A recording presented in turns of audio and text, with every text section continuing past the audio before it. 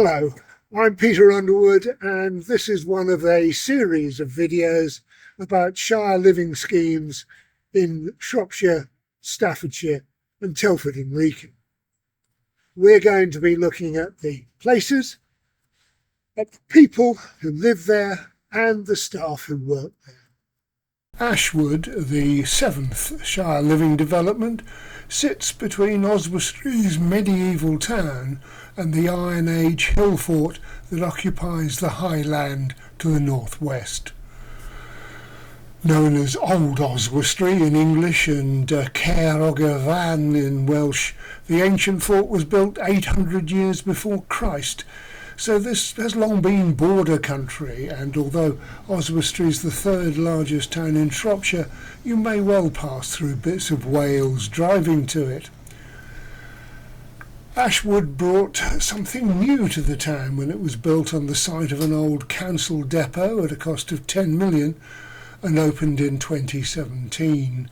There had been nothing like the 53 apartments and 8 bungalows, all served by an on-site restaurant and some extensive communal facilities for residents, including landscaped gardens and even a roof terrace. The bungalows, unusual in a Shire Living development, sit the other side of a road that runs through the site, under which runs one of the main freshwater feeder pipes taking water to Liverpool.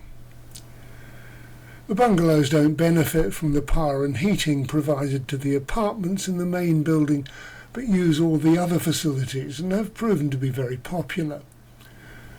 Oswestry's town centre is a short walk down the hillside and is also steeped in history as befits a border town. A couple of Anglo-Saxon kings had a bit of a battle here. The Normans built a castle, as they did, and the town changed hands between the English and the Welsh a number of times during the Middle Ages, with Oswestry being attacked by the forces of the Welsh rebel leader Owain Glyndŵr. Now, we've known Oswestry for many years, and like many market towns, it's clearly suffering, with shops closing and even the ancient timber-framed Llwyd mansion losing a prestigious tenant. But the market is still there, and as it has been in some form or other for the last 900 years. 6 years ago, Ashwood was a welcome addition to the town's housing, specifically for the over 55s, and was swiftly occupied, with a waiting list in place almost ever since. The design is certainly a transformation of a former council depot, and the architects have capitalised on open space with gardens to the front and rear as well as one end of the apartment block. Tenant gardeners have added splashes of colour, and the roof terrace gives great views across that front garden. The 8 bungalows, built to a similar specification as the apartments, look across the road to the main garden and share a communal grassed area to the rear. Many of the 1 and 2 bedroom apartments have full balconies, with some to the rear of the main building having Juliet balconies for reasons best known to the designers, I suppose. In addition to the restaurant, which is off the main reception area, there are smaller seating areas by the doors where several residents like to gather to sit and chat while watching the world go by. And the residents also have the usual Shire Living facilities, laundry room, electric scooter store, pamper, bathroom and the like.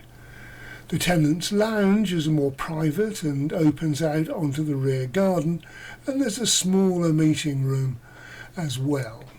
I spoke to activities coordinator Cameron Williams about what goes on at Ashwood. A lot of our tenants here are an active bunch, and they do like their trips out, so their excursions and stuff like that. So yeah.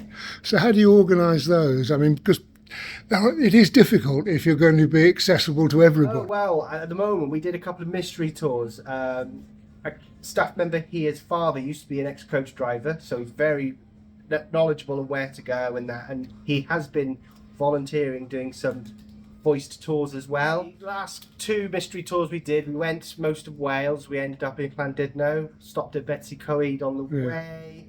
And then we had fish and chips and hand dinner. Coming back, and we stopped at, trying to think, St Asaph's. September we went to Ludlow Market. We went all round South Shropshire, taking lovely detours around the Wedlock Edge. Yeah. And do you have coaches with disabled access, or? It's difficult at the minute because I'm trying to look, and it's very difficult because some of them are so far away, and the quotes are very, very high for our tenants. But we do have quite a few tenants that are very active and able. Yeah. And I have actually asked, if they can have families to come and help them. Yeah. But we're looking at getting a ramp for a coach that I use with Owens, which is a local coach company, to see if Ashwood can purchase a ramp so people with walking aids, wheelchairs, etc., then can just be pushed up. A crafty lot at Ashwood, and Lynn Ballard is a volunteer who visits regularly to assist with everything from jewellery making to calligraphy, taking in the creation of a fairy garden along the way, would you believe? I was talking to Julie, she's one of the managers here, manager I think, and I said I was looking for volunteering, and she said that they were looking for volunteers here. Yeah.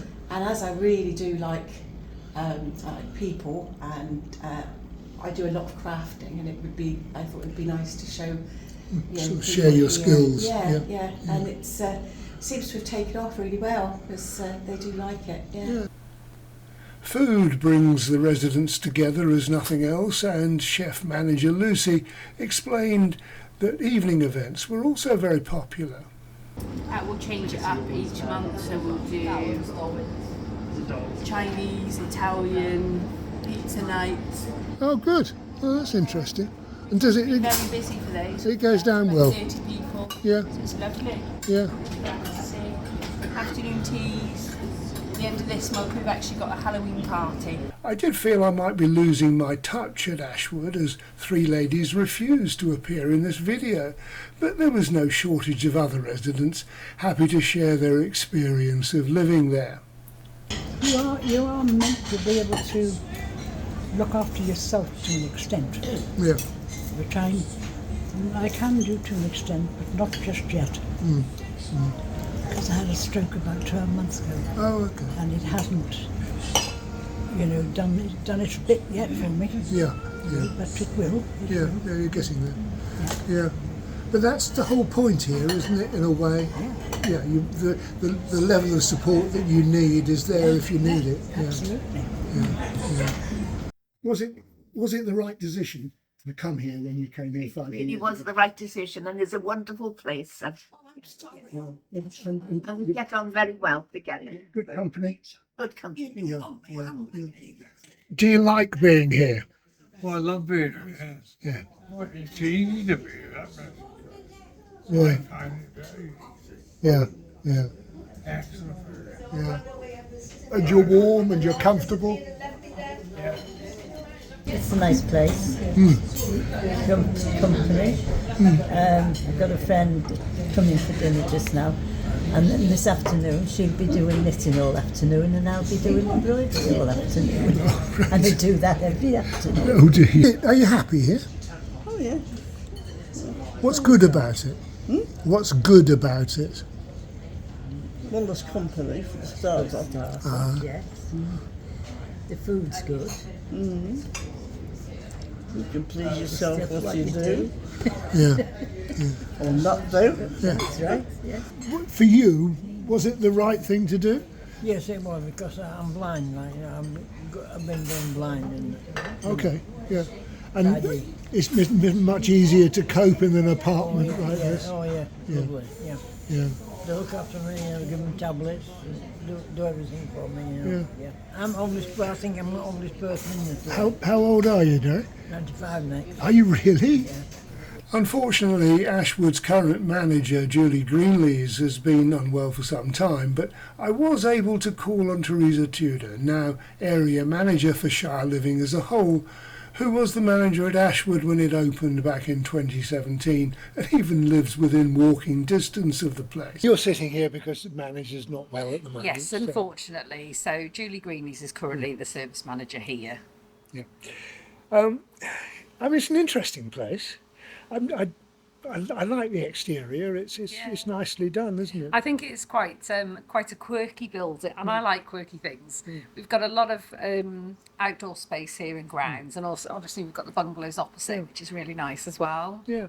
Let's start with them, because I know you've got some more bungalows at the coppice, but they're fairly unusual still, aren't they? Yeah, I think Ashwood was the first extra care scheme to have bungalows attached to it, so we've currently got 8 here. There's a large water treatment plant in Trevonyn near here, and the pipes run this way to feed through to Liverpool, the water supply. So the bungalows actually come about for that reason. So we had to leave the main road going through. So you had to have a space there. And so under the road is Liverpool's water supply. Yes. So we don't want to take that off. Yeah, so the bungalows are part of the scheme. There is a difference in the way, slightly with the service charge for the bungalows, but obviously they're meant to be part of the full community here as well. So I suppose looking at the complexities of tenants, I would say tenants that go into the bungalows should be more independent and able-bodied, but they've still got the peace of mind and security of knowing that the staff team's on site for emergencies, if there's a pendant issue, fire alarm and things like that. So they're still part of the scheme and use all of the facilities in the scheme if they want to. Yeah. But if this is anything like all of the others, only about a quarter to a third of residents actually take part in the events and things anyway. Yeah, absolutely. I mean, we've got tenants that don't want to participate at all. They don't use the restaurant. They like the fact that they've got the security of people on site. But then they do come out if they want to. It's like not... us, they want breakfast. Absolutely. When you were a scheme manager here, who was in charge? You or the tenants? I think it's a joint thing, really. I mean, that's strange, Teresa. That's what everybody says. Well, I think the difficulty is to me, the tenants take priority. It's the best outcome for them. We're working in their home, and that's the way I've always looked at the service. Is actually we're quite privileged to be working in someone's home.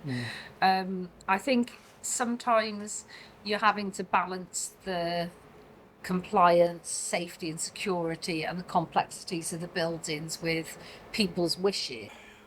It's a bit of an odd role, though, isn't it, managing somewhere like this, in as much as yes, you're part of the Wrekin's corporate structure, but your responsibility goes 2 ways, doesn't it? Yeah, absolutely. I think you've got a responsibility to your tenants, and you've also got the responsibility of the business, haven't you? Yeah. And it's that balance in between, really, and making sure that both sides are happy.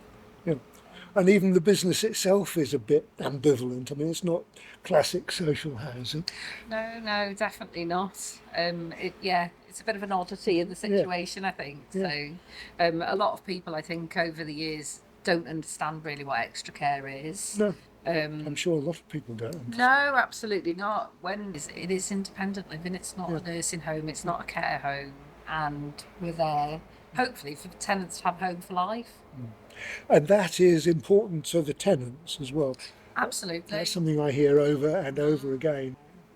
The corollary of independent living is that you, as the providers of the service, if you like, have to be able to treat each tenant or pair of tenants, whatever they are, as individuals. Absolutely. So in however many there are here, 61 properties. 61 cases.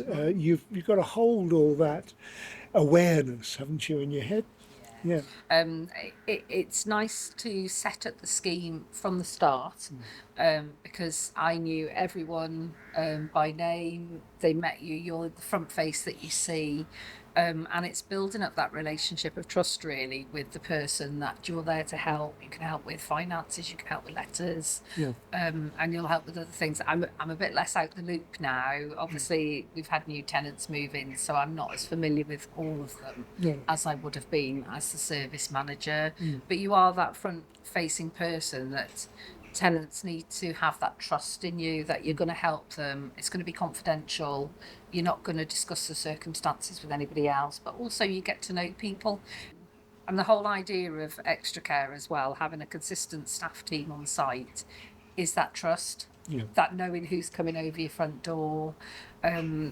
So it might be a case that you don't need any care or support now, but in the future, if you've built up a relationship with that consistent team, it's a nicer transition to accept the fact that you need some support rather than a stranger coming through your door every day. Yeah. Is this the shape of things to come? I mean, it seems to have filled a gap that nobody knew was there, if you know what I mean. I think so. So I think it has bridged a gap, definitely. And people are so much better in their own home. And having that support gives you confidence as well. So Absolutely. You don't get too scared of what's going to happen. No, I mean, I've signed tenants to move in here that have had quite a large care and support package in the community, but the environment actually lends it to the self that it can be reduced to a couple of calls a day. So the environment actually does enable people to be more independent because you're safe and secure in the knowledge that people are around.